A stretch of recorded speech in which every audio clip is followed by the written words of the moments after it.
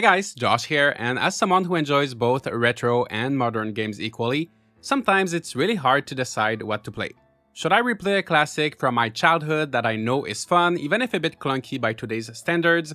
Or should I try something fresh and exciting at the risk of being bombarded with microtransactions, or just not feeling the same magic from it? Recently, I've been noticing games that offer the best of both worlds.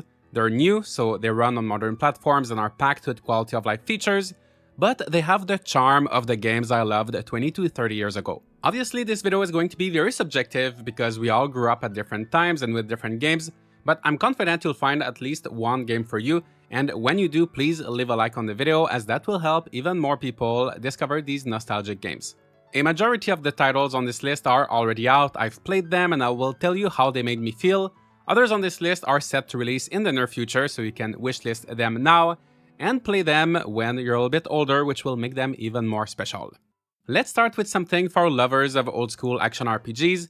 If games like Secret of Mana or A Link to the Past speak to you, these are some of the inspirations behind Secrets of Grindia. After over 10 years in early access and 13 years of development in total, this masterpiece of a game got its full release on Steam earlier this year. This game not only took me for a trip down memory lane, but I became completely obsessed with it the moment I started playing. The story is well written, the combat is simple yet engaging, there's tons of epic boss fights, you have freedom in how you build your character with the various equipment and skills, you've got dungeons filled with challenging puzzles, everything you would expect from a classic action RPG. The modern touch here comes mostly with the side content. You can decorate your home, you can fish, there are minigames, as well as many fun and rewarding side quests, so you don't just go from one big dungeon to the next, you get to take breaks and do a bunch of relaxing activities as well. Grindia is in the name, so you can expect some grind, but it's a fun and rewarding grind.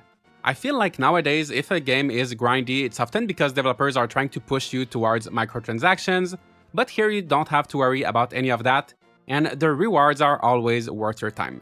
For example, each monster has a low chance of dropping a card, and having the card of that monster will give your character a passive perk for the rest of the game. It is so satisfying collecting all of the cards, all the fish and everything else. It's really not tedious and it's a great game for completionists. That being said, you can also play through the main story without having to do much of that grinding. Secrets of Grindia also brought me back to when I used to play a lot of MMOs, such as MapleStory and Ragnarok Online. While it is not an MMO, you can play with up to 3 of your friends, making the grind and everything else even more enjoyable. There's also an arcade mode, which is similar to a roguelite where try to go as far as possible, obtain different upgrades, and except for a few permanent ones, if you die, you lose everything. I could talk about this game all day long, but our list is just getting started, so let's go to game number 2. One of my favorite PC games as a kid was Roller Coaster Tycoon. I managed to get it for free in a cereal box, something kids today will never get to experience, and I played so much of that game. And now here comes a car park capital. It's not out yet, you can wishlist it on Steam, but in this game your goal will be to build the greatest car park ever. Taking direct inspiration from Roller Coaster Tycoon with the isometric view, the art style, these little red arrows to rotate stuff, and the signature UI of the late 90s, this game screams nostalgia to me. It looks like it will be taking a satirical take on the car industry, so basically you're going to be hired to increase car sales and oil consumption, and to do that you'll have to turn whole neighborhoods into car parks, create propaganda encouraging people to use their cars, and more crazy things along those lines. The humor and art style is one thing, but the gameplay should be fun as well, and exactly what you would expect from a game like this one. You will build and decorate your car park, make sure it's profitable, that everyone can find a good parking spot, and you will gradually expand by buying more land. The game is being built from the ground up to support mods, which is always great for the community and longevity of a game, and I'm looking forward to seeing what people will come up with. There are lots of management games out there in 2024, but very few manage to recreate the experience of old roller coasters, zoo, transport tycoons, and I am hopeful that this one should be able to achieve that successfully. But if you were a roller coaster tycoon kid like me and you want to play something right now, then I can confidently recommend Parkitect on Steam. Visually, you can tell that this one has a bit more of a modern touch to it, but in terms of gameplay, it feels just like the old ones with more. You manage your park, build rides, hire staff, and make sure that everything goes smoothly as you go through the 26 unique scenarios that the base game has to offer. You can also design your own scenarios, download more from the community through the Steam Workshop. There's of course a sandbox mode, and what we don't see often in this genre, a multiplayer mode, so you can build and manage a park with your friends. This game is what I wish the Roller Coaster Tycoon series had become. It's truly like RCT 1 and 2, but modern. I did try other recent park management games, for example Planet Coaster, and while that one is very good if you want to spend hours and hours designing beautiful and unique parks and get everything to look exactly like you imagine, I found that it took a long time to just get the park running, and the management side of things was not as important or engaging. In Parkitect, you can get quite creative as well, but it is a lot quicker to build, and if you're looking for a bigger emphasis on managing your park, this is the game you're looking for. One series that was so important for me throughout my childhood was Harvest Moon. I started with 64, and to this day I'm still completely obsessed with that series, which is now called Story of Seasons. I've played tons of farming games in recent years. This whole channel is mostly about farming games, but very few were able to bring me back to my childhood as much as Fields of Mystria, currently in early access on Steam. First, it's in pixel art, but pixel art by itself is not enough to make a game feel nostalgic. The character portraits are very much inspired by anime from the 90s like Sailor Moon, and there's also the music. You just have to listen to the soundtrack of this game. It is on their YouTube channel, but all the tracks are so catchy, so good. They have that distinct retro sound to them that you would expect from the original Friends of Mineral Town or any RPG that was released on the Game Boy Advance. This game is very Game Boy Advance in many ways, and the gameplay is reminiscent of the classic farming sims, with days that are on the shorter side, giving it more of that time management aspect, a little bit more of a challenge, but without the clunkiness and limitations of 2003. The controls are smooth and responsive, it feels nice, there's a lot of customization options for your character, and you can choose your gender and romance whoever you want, except for Ulrich.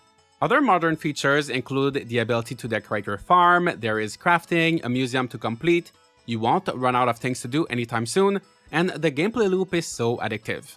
I have close to 50 hours in this game already, even though it's still in early access, and if you're looking to bring back these memories of old Harvest Moon games, but improved in every single way, go play Fields of Mystria right now, it is so good, but keep watching as you may find more games that will call to you. Throughout the 90s, we also got to see a ton of amazing and very popular toys. For me, I was completely obsessed with Lego, but I'm curious to know what was your toy of choice, and if it was maybe Polly Pocket. Personally, I'm not too familiar with Polly Pocket, but I do know about Tiny Garden, which takes a direct inspiration from this popular toy. In this upcoming game on Steam, you will plant seeds in this tiny plastic toy, rotate the crank to make them grow, and you will then trade your vegetables for furniture that can be used to decorate your house located in the upper portion of the toy. There will be a puzzle strategy element to Tiny Garden where you'll have different tiles like grass, dirt, sand and water, and certain things you place will change these tiles. For example, a cactus will turn its surroundings into sand, a fountain will generate some water, and you'll have to take these things into consideration when deciding where to plant your seeds. That being said, it aims to be an easygoing experience where you can't really fail, you won't have to rush, you will just chill with this toy, grow some cute plastic crops, and escape to a simpler time for a little while. Now, if like me you grew up with the Nintendo 64, you will love this next game that takes inspiration from that era that was filled with 3D platformers and collectathons. Think of Super Mario 64, Donkey Kong 64, Banjo-Kazooie, and add to that some Diddy Kong Racing with a pinch of Crazy Taxi from the Dreamcast, and you get Yellow Taxi Goes Vroom available on Steam. From one world to the next with your Yellow Taxi, you go vroom, collect coins to buy funny hats, help Italian chefs put pepperonis on these extra large pizzas, play giant bowling, and so much more, as you try to collect all of the green gears that belong to Tosla, Elon Musk's company whose mission is to corrupt oil.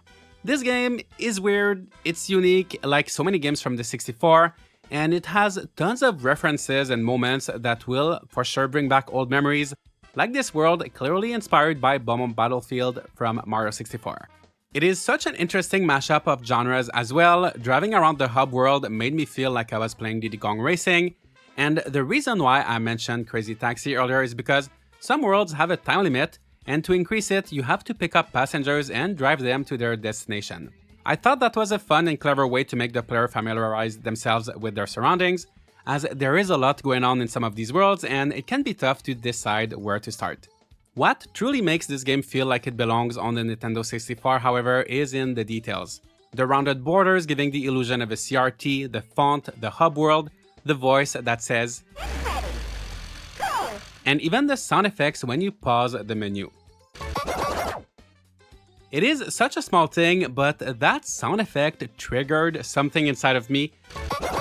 The first time I heard it, I had to take a moment to realize that so many games used to have fun sound effects when you pressed start, and for some reason, they just don't do that anymore. I started closing and opening the menu repeatedly, and it really brought me back to 7-year-old me, renting a different 64 game every weekend, and whenever my parents asked me to help them with chores, I would press start and hear whatever fun sounds the menu made. Yellow Taxi Go's room is so special, and platforming with a car might sound tricky, but the controls are very snappy, it feels great, and what's interesting is that you can't really jump, but you can bounce on things, you can also do some sort of dash to go forward without falling, and a huge part of the fun is exploring all of these worlds and trying to figure out how to reach the most difficult places. If you're not convinced, there is a demo on Steam, your progress carries over to the full game if you buy it, and it's another one of these games I could talk about forever. It just has so much charm, you can tell so much care went into it. It's a fun game that will make you feel like a child again, and I think you should play it. Still in the realm of 64 platformers, I don't know if any of you remembers Chameleon Twist. I had completely forgotten its existence until I saw this game, Frogun. This one is on Xbox, PlayStation, Switch, and Steam, one of the only games on this list that's really on a lot of platforms. And you play as Renata, this girl with a frog-shaped grappling hook, aka Frogun. The game is divided into lots of short levels where you jump to avoid obstacles and use your Frogun to suck up enemies and throw them, or to grab onto walls. The controls are super simple, this whole game is just really simple and easy to get into. Most levels can be completed pretty quickly if you're just trying to get to the end, but in true Nintendo 64 fashion, there is a lot to collect and you will get a bonus if you find all of the coins, the emeralds, a skull, and a note in each level, and if you manage to get all of these without dying. This gives you a good reason to replay levels multiple times, and makes it so the game can be as easy or as challenging as you'd like. This game is a real throwback, and not only because of the low poly characters and environments that really encapsulate the style of the 64 and PS1. Frogun's voice sounds like a character straight up from Banjo-Kazooie. These spiders are just as creepy as the ones in Ocarina of Time, and I will let you discover the rest, but they clearly knew their target audience with this one. There is also a sequel called Frogun Encore, which is more of the same, but it includes a full co-op mode, where you can cooperate with or race against a friend in each one of the levels. If you have more of an attachment to handheld consoles, something like the Game Boy Color, you want something like the old top-down Zelda games, where you explore dungeons, obtain new tools, solve puzzles, then Prodigal could be a great game for you, and it's available on Steam. Just like in classic Zelda games, you have this overworld with entrances to different dungeons that become accessible as you progress through the story. You get tools to help you solve puzzles in these dungeons. There is also a bit of combat, but from what I've played so far, none of it is too difficult, making it a pretty chill game, especially if we compare it to Secrets of Grindia from earlier, which is more on the challenging side. In between dungeons, you can play games at the casino. I didn't do too well there, but besides that, there are lots of collectibles and items to find, and a good quantity of side quests to complete. One of them reminded me specifically of A Link's Awakening, where it was a long chain of talking to a character for something, and then they would ask me to talk to someone else, and then the next person would also ask me for something else, and I enjoyed that, and because the overworld is not too big, going back and forth was not too tedious. And also that little world is just packed with stuff to do and discover. Of course, Prodigal also innovates in some ways, and one feature you won't find in a Zelda game is that you can date one of the 10 girls, so there is a bit of a dating element, and you will get a different buff depending on who you choose. One thing I like about this game that contributes to its old school feel, besides the limited color palette and the 8-bit sounds, is that it does not hold your hand. It really encourages you to explore and to figure things out on your own. When I started, there were a few instances when I wasn't too sure where to go or who to speak with in order to progress, but when I did figure it out, it felt like I had truly done it on my own, instead of just relying on a quest log or a marker on the map like in most modern games. If you do prefer some guidance, there is an NPC at the library who will give you hints on where you should go next, but you will still have to figure quite a few things on your own in this game. If you like the idea of Prodigal and you're looking for more, then you may also be interested in Veritas, the newest game from the same developer. This one strays a bit further away from the Game Boy Color look, and it's a bit more linear where you just go from one dungeon to the next. There's no overworld or side content as far as I know, and it's a bit more action-packed. I prefer Prodigal personally, but I think both of these games are worth taking a look at if you like the Game Boy Color Zelda games. While we're on the topic of retro handhelds, the next thing on the list is not a single game, but a whole system, the Playdate. If you're not familiar with this tiny yellow system, the Playdate released in 2022 and it features a black and white screen, a D-pad, A and B buttons, a menu button, and a crank. As you can imagine, the crank can be used in a lot of clever ways by developers, and that reminds me of when the Nintendo DS came out and all of the creative games that were brought to life thanks to the touchscreen and the microphone. When you buy a Playdate, you get 2 free games per week for 12 weeks, but if you don't like waiting, you can also unlock the 24 games right away. On top of that, there is a store where you can buy games, and recently I've been playing some Realistic Fishing, an addictive fishing game in which you try to collect all of the different fish. You can upgrade your gear, and obviously the reeling is being done with the crank. I also started Bloom, a narrative-driven game where you run a flower shop and it plays in real time, so every day you can see your flowers grow, and the story evolves through text messages your character receives. There is a game for everyone here and in any genre, and despite the screen being black and white, it's also not backlit. But some of these games look quite detailed, and it's impressive how much can be done with nothing but black pixels, like in 00 Perfect Stop, this train driving game. The whole system, the hardware feels high quality, from the plastic to the clicky buttons to the crank, and my favorite part is that it's so easy to carry it wherever you go. I miss those days when handhelds could fit in your pocket. You can't really do that with a Switch or a Steam Deck, and because it has few buttons, a lot of the games are well suited to be played in short sessions here and there. The battery lasts a very long time, the screen displays a clock when you're not playing, and I would say that it's almost like a fancier, evolved version of the Game & Watch. The Playdate is $199 US. It seems pricey if you compare it to other handhelds, but remember that it's made by a fairly small company for a fairly niche audience.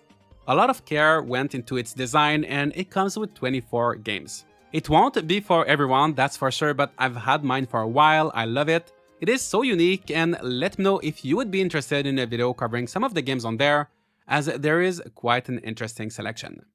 For our next game, we'll go with something a bit more modern, a spiritual successor to Chibi Robo, which was released in 2005 for the GameCube. That's like a baby for this video, but believe it or not, that game is already 19 years old. I could not find a copy of Chibi Robo anywhere when it came out, shortly after the Wii released, so I had to move on, but at the back of my mind, I was still thinking about that little robot doing chores. I finally got to play it about 2 years ago, and I can confirm that Chibi Robo is fantastic, even though the series died after mixed reception of the DS and 3DS entries. But now, some of the original developers formed their own studio to create Korobo, and it's going to be basically the same concept. You're this tiny robot helping a kid and his family with chores, and as you progress, you unlock new abilities that allow you to reach new areas of their apartment. There will be a few changes, of course, so instead of recharging your energy by plugging yourself into a wall, you will have to position yourself under sun rays. And there will also be some time-traveling mechanics, which we don't know too much about yet. Even if you have not played the original Chibi Robo, simply the premise of being this little robot in a house will awaken the inner child in you, I think. And personally, just the trailer makes me want to rewatch Toy Story. The game won't be out until 2026, they just finished their Kickstarter campaign, but if you want, you can still support the project if you'd like an access to the beta in 2025. Earlier in the video, we covered a few management games, but do any of you remember Lemonade Tycoon? You had this lemonade stand, you ordered supplies for your drinks, tweaked the recipe according to the weather, and gradually you would upgrade your setup and move to bigger and better neighborhoods.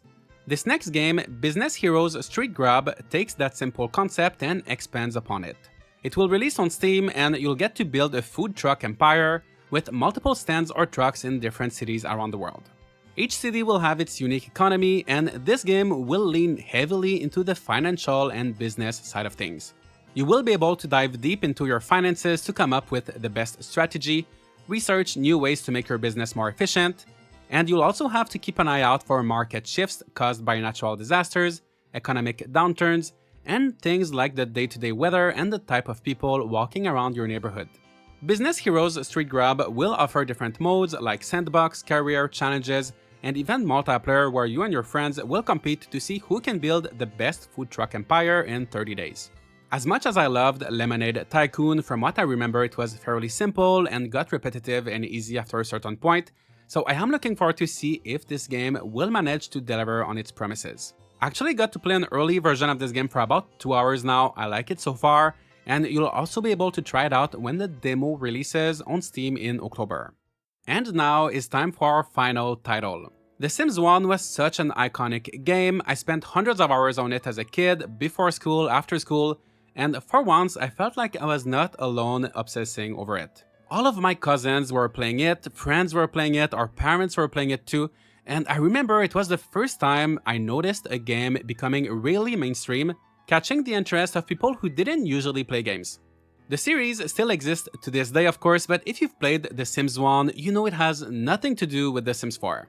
So this new game called Tiny Life, currently in early access on Steam, attempts to replicate that feeling of the original Sims.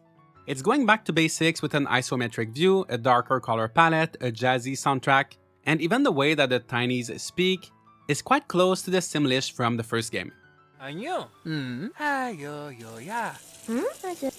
Even though it takes mainly inspiration from the first Sims game, you will also see the best ideas from recent entries like personality traits, a wide variety of skills, the possibility to visit different lots, and the freedom to change the color separately for different parts of a piece of furniture. It also has a good mod support and an integration with the Steam Workshop to make sharing content with the community as convenient as possible. One major difference this game has from The Sims 1 is that it's not as difficult. In The Sims 1, managing your needs and keeping up with friendships to get a promotion was a struggle, a never-ending grind. I found Tiny Life to be a lot easier than I would like. I missed the challenge of The Sims 1, but depending on your preference, that could be a positive. Because it was easy, I found it to be a bit repetitive, but it's still in early access, so I am expecting more features to be added as it makes its way to a full release. For me, The Sims 1 is hard to beat and I want to go play it right now. Like most of the older games in this video, I go back to it from time to time, and I love the perfect balance between simplicity and difficulty. Beyond the nostalgia and the memories I created with these games, I think that's really what sets them apart. Older games did not have an overwhelming amount of content, features were limited, but the few things that each game did, they did them well, and with the right amount of challenge to keep you playing. It is weird to say, I don't know if it makes sense, but I feel like older video games felt more like actual games compared to these huge experiences we tend to get nowadays, and I'm happy to see a new generation of mostly indie developers creating games that are going back to the roots of gaming. But I would love to hear from you. What are some modern games that transport you to the past? What are some of your favorite memories related to gaming? And do you even still play older games? I'm looking forward to reading all of the comments, and I hope you are able to discover some new or old things to play. Feel free to leave a like on the video and subscribe for more content like this, and I'll see you all in the next video.